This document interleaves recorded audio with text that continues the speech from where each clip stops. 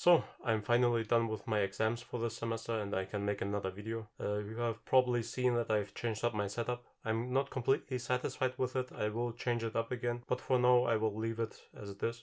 Anyways, today I want to talk about Naruto chapter 116 till 145. First I will give you a short summary, after that I will share with you my opinions, like I did in the other videos. So we immediately start off with Orochimaru attacking the village. He is fighting against the Hokage, and while that is happening, Naruto is fighting against Gaara. Those are the two big fights that we have in those chapters, and yeah, that's basically all that happened. At the end, Sasuke's brother Itachi appears. We are not completely sure why he is there, but we know that he is after Naruto, and chapter 145 basically ends with him finding Naruto at the hotel. There's probably no way that I can talk about it without spoiling anyone, so be warned if you haven't read it yet or watched it. I really liked watching Orochimaru fight because he had so many tricks up his sleeve, and the whole thing with bringing back the first Hokage and the second Hokage, it was just really fun to watch. And in general, Orochimaru is just an interesting character to watch because he is so disgusting as a person. When it comes to Gaara and Naruto's fight, it felt a little bit deeper because we constantly compared each other. We learned about Gaara's backstory and how similar he is to Naruto and how he could have been like Naruto if he had the right people around him, but that was not the case, so he turned into a monster after everyone ignored him or treated him really badly and feared him. And yeah, we see how Naruto could have been the same person if he had not all of his friends around him, and I really like that. Some people would say that it's probably a little bit too much on the nose, but I still enjoyed it a lot.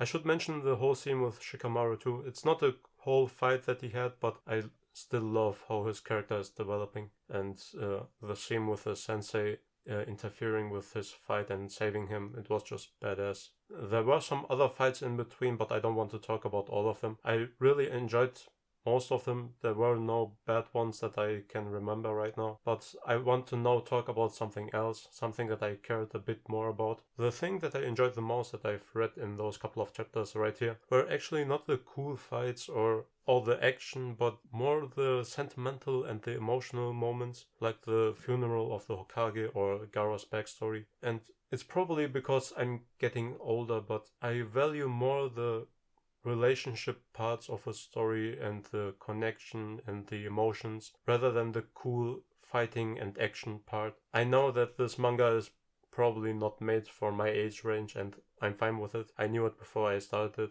but I still like that there are parts that I can truly enjoy a lot. I mean, I still like the fighting parts, don't get me wrong, but I'm just noticing the shift in values that I have the older I get. But yeah, I like where the story is going. The fights were nice, the interaction of the characters were really interesting, I really like them, and let's see where the story is going. The whole thing with Itachi is going to be really interesting, I would hope so. That's all I had to say, and thanks for watching.